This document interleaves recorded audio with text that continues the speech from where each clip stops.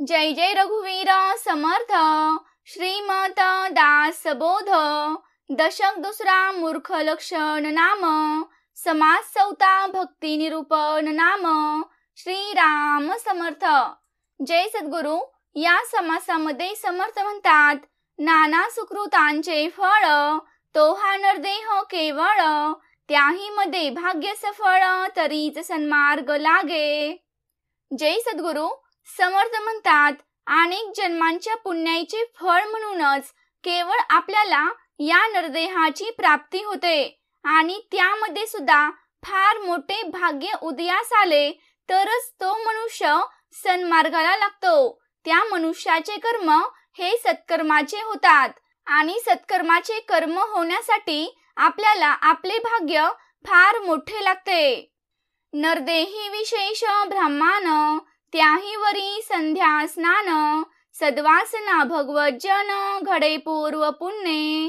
समर्थ म्हणतात, नरदेहामध्ये सुद्धा विशेष करून ब्राह्मणाच्या कुळामध्ये जन्म लाभणे, संध्या स्नान यांसारखी नित्यकर्मे व्यवस्थित करण्याची बुद्धी आपल्याला असणे आणि उत्तम वासना राहून आपल्या हातामधून भगवत भजन घडणे हे सर्व त्या पूर्वपुण्यानेच होऊ शकते। भगवत भक्ती हे उत्तम त्याही वरी सत्समागम, काळ सार्थक हाची परम लाभ जाणावा।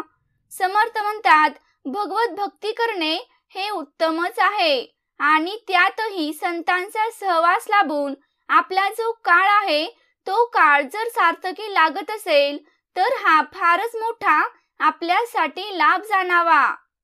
प्रेम प्रीतीचा सद्भाव आणि भक्तांचा समुदाव, हरिकथा महोत्सव तेने प्रेमादुनावे।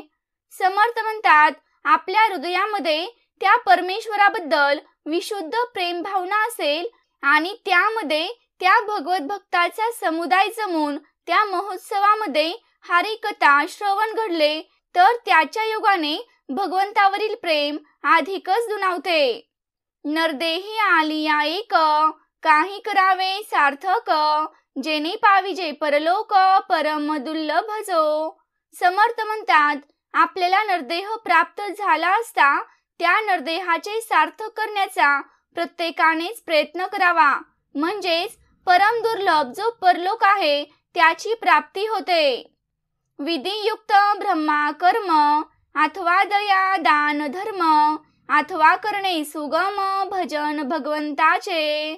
समर्थ म्हणतात, त्यासाठी ब्रह्मा करणं विधियुक्त करावे किंवा दुसऱ्यावर दया करावी, दुसऱ्यांना दान धर्म करावे आणि सर्वात सोपे साधन म्हणजे त्या भगवंताचे भजन करावे। अनुतापे करावा त्याग अथवा करणे भक्ती योग, नाही तरी धरणे संग साधू जनाचा।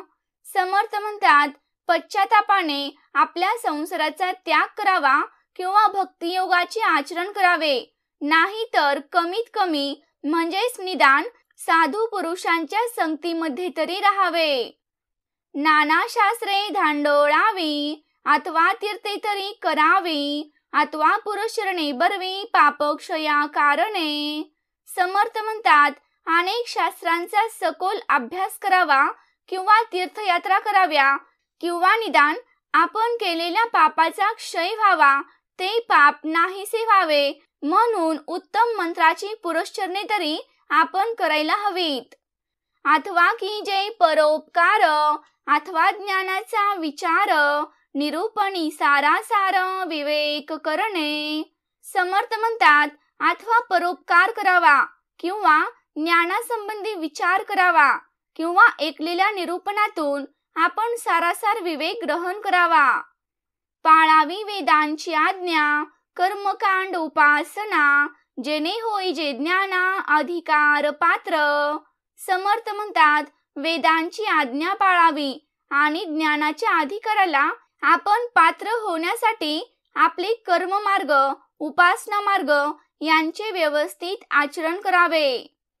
काया वाचा आणि मने पत्रे पुष्पे फळे जीवने, काहीतरी एका भजरे सार्थक करावे। समर्थ म्हणतात, काया वाचा आणि मनाने जी सामग्री आपल्याला प्राप्त होईल त्यामधून पाने, फुले, फळे किंवा पाणी यांनी भगवंताचे पूजन, त्या भगवंताचे भजन करून आपल्या जीवनाचे सार्थक करावे. जन्मालियाचे फळ काही करावे सफळ, ऐसे न करिता निर्फळ भूमिभार होय. समर्थ म्हणतात, नरजन्मास आल्यासारखे काही ना काही साधन करून प्रत्येकाने आपला नरजन्म हा सार्थकी लावावा. असे जर केले नाही तर आपला जन्म वाया जाऊन आपण केवळ या पृथ्वीला भारभूत होऊन राहतो. नरदेहाचे उचित काही करावे आत्महित, येथानुशक्त्या चित्तवित्त सर्वोत्तमी लावावे. समर्थ म्हणतात, नरदेहाचा यथोचित उपयोग करून आपण आत्महित साधावे. आपापल्या कोतीला अनुसरून आपले चित्त, आपली बुद्धी, आपले वित्त त्या सर्वोत्तमाचे म्हणजेच त्या भगवंताच्या चरणी आपण समर्पित करावे. हे काहीच न धरी जो मनी, तो मृत्यूप्राय वर्ते जनी, जन्माये उणतेने जननी वायांस कष्टविले. समर्थ म्हणतात, यापैकी जो काहीच करत नाही म्हणजेच जो सत्कर्म करत नाही तो माणूस या जगामध्ये जिवंत असून देखील तो मेल्यासारखाच आहे असे जाणावे.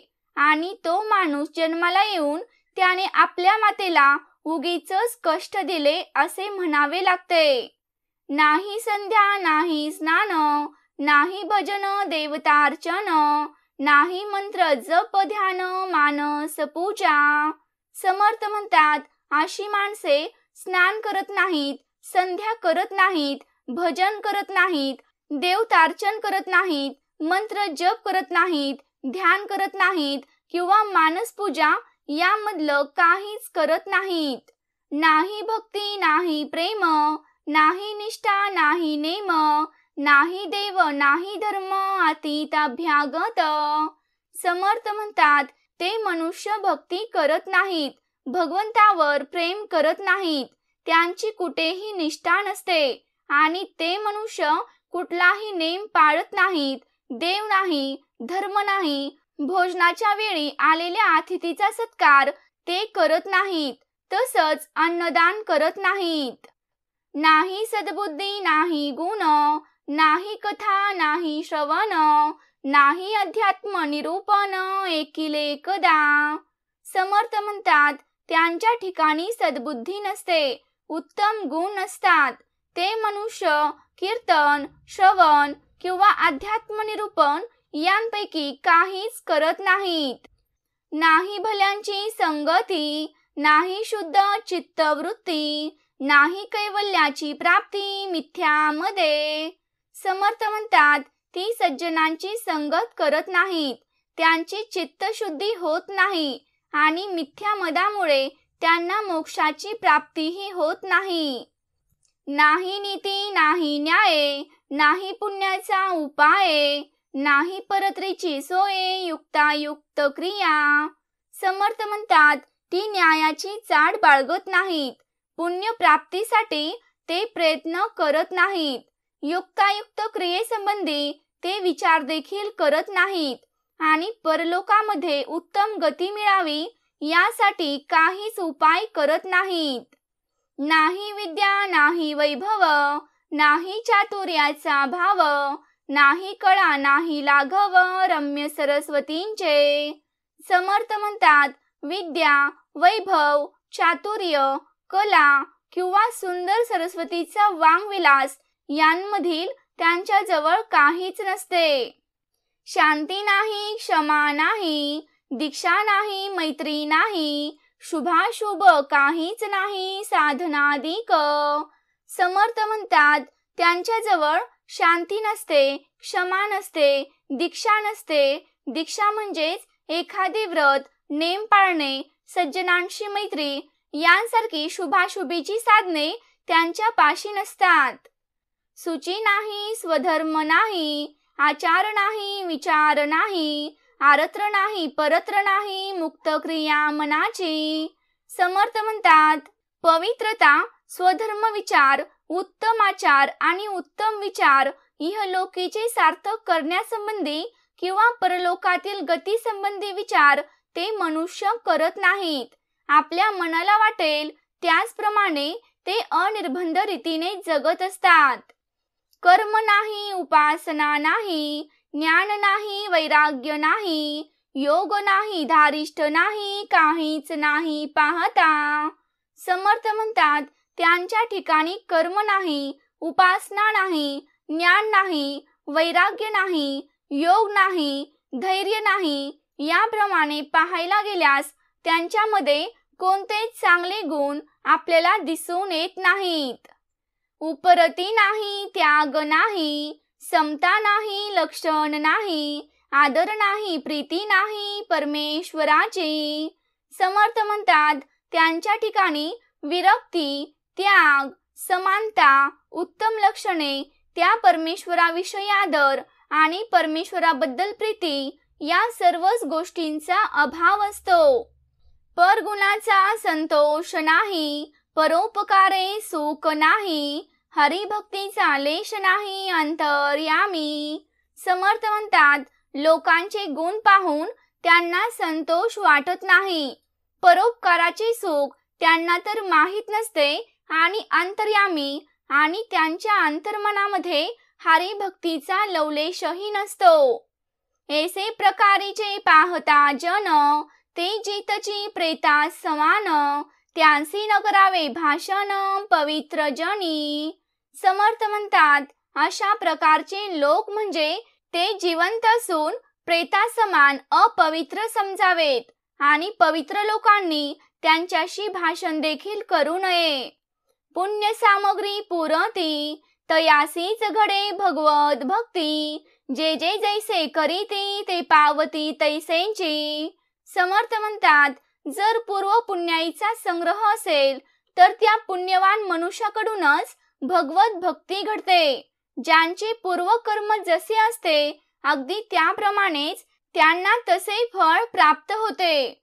थोडक्यात या समासामध्ये समर्थ म्हणतात माणसाच्या मनामध्ये प्रचंड शक्ती असते आणि ती प्रचंड शक्ती गुप्तपणाने वास करत असते आणि हे समर्थांनी या समासात सांगितले आहे. या जगात जे शाश्वत आहे, कल्याणकारी आहे, सुखकारक आहे आणि ते मिळवण्याचा प्रयत्न नेहमीच माणसाने करावा. म्हणून श्री समर्थांची तळमळ आणि त्यासाठी आग्रह आहे. त्यासाठी आपल्या बुद्धीनुसार, अधिकार धर्मानुसार, आपल्या कर्मानुसार, उपासनेनुसार यांसारखे विधिवत करून आपल्या जीवनाचे सार्थक करावे. या नरदेहाच्या योगामुळेच आपल्याला त्या परब्रह्माचा शोध करणे आणि केवळ हेच ध्येय आपले असावे. या समासात नरदेही विशेष ब्राह्मण असं समर्थांनी म्हणलं आहे.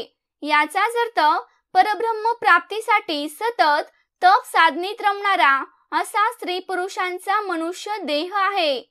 समर्थ म्हणतात अनेक जन्माच्या पुण्याईने म्हणजेच आपल्या सुकृताने आपल्याला हा नरदेह लाभलेला असतो आणि त्यामध्ये आपले भाग्य फळाला आले तरच आपल्याला परमार्थाचा सन्मार्ग सापडतो.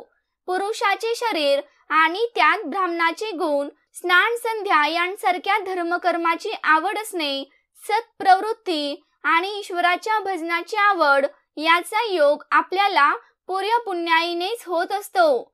भगवंताचे भजन हे उत्तम लक्षण असून त्याला सत्समागमाची जोड मिळाली तर आपल्या जीवनाचे सार्थक होऊन त्या देहाला सर्वश्रेष्ठ लाभ झाला असे म्हणता येते.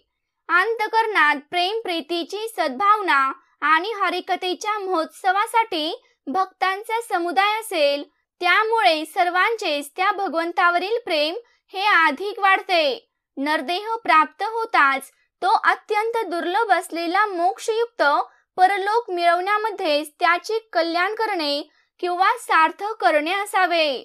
समर्थ म्हणतात विधियुक्त ब्रह्माकर्म अथवा भूतदया, सत्पात्री दान धर्म किंवा या सर्वांहून अत्यंत सुलभ असलेले त्या परमेश्वराचे भजन करावे.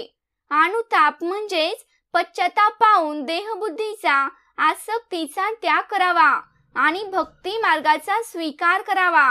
नाही तर साधू संतांच्या संगतीत राहावे, विविध शास्त्रांचा अभ्यास करावा, तीर्थयात्रा कराव्यात, पाप क्षालनार्थ गायत्री सारखी पुरश्चरणे करावीत किंवा पुण्यरूपसा परोपकार करावा, ज्ञान मार्गाचा अवलंब करावा, संताच्या निरूपणातून नित्यानित्य ब्रह्मज्ञानाचा सारासार विवेक करावा, वेदाज्ञा पाळून निष्काम बुद्धीने कर्मकांड उपासना करावी आणि ब्रह्मज्ञानाचा अधिकार प्राप्त करून घ्यावा. समर्थ म्हणतात, काया वाचा आणि मनाने तप करावे, पान फूल फळ पाणी यांसारखे भगवंताला अर्पण करून आपण अर्चन भक्ती करावी. अशा प्रकारे उपासना करून आपल्या जीवनाचे सार्थक करावे. मनुष्य जन्म मिळाल्यावर काही सफलता प्राप्त करून घ्यावी, अन्यथा निर्फळपणाने केवळ आपण भूमीला भार होऊन राहिलो असेच होते.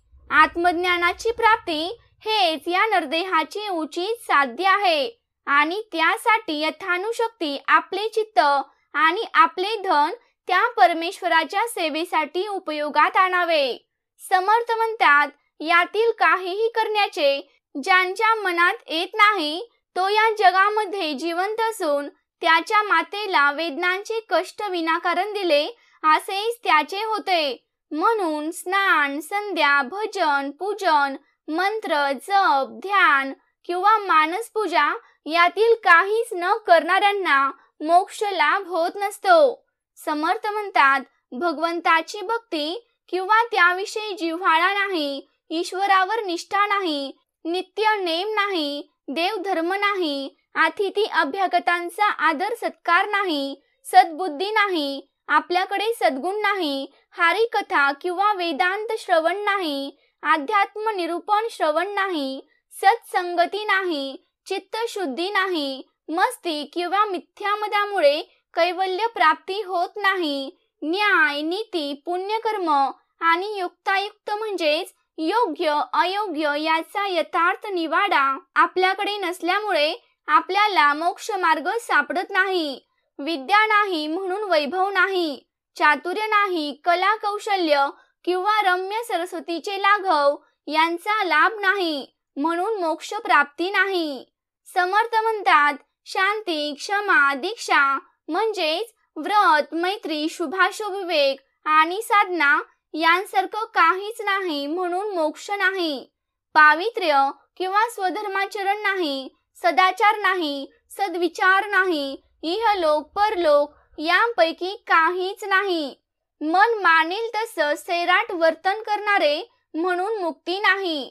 आणि पाहायला गेल्यास कर्म उपासना ज्ञान वैराग्य योग धारिष्ठ यांपैकी काहीच आढळत नाही.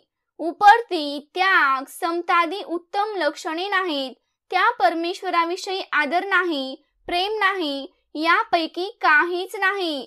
दुसऱ्याचे सद्गुण पाहून त्याला संतोष वाटत नाही किंवा परोपकाराचे सुख कळत नाही. अशा लोकांच्या अंतर्मनामध्ये हरिभक्तीचा लवलेशही आढळत नाही. म्हणून समर्थ म्हणतात, त्यांचे जीवन सार्थक होत नाही किंवा त्यांचे कल्याण होत नाही.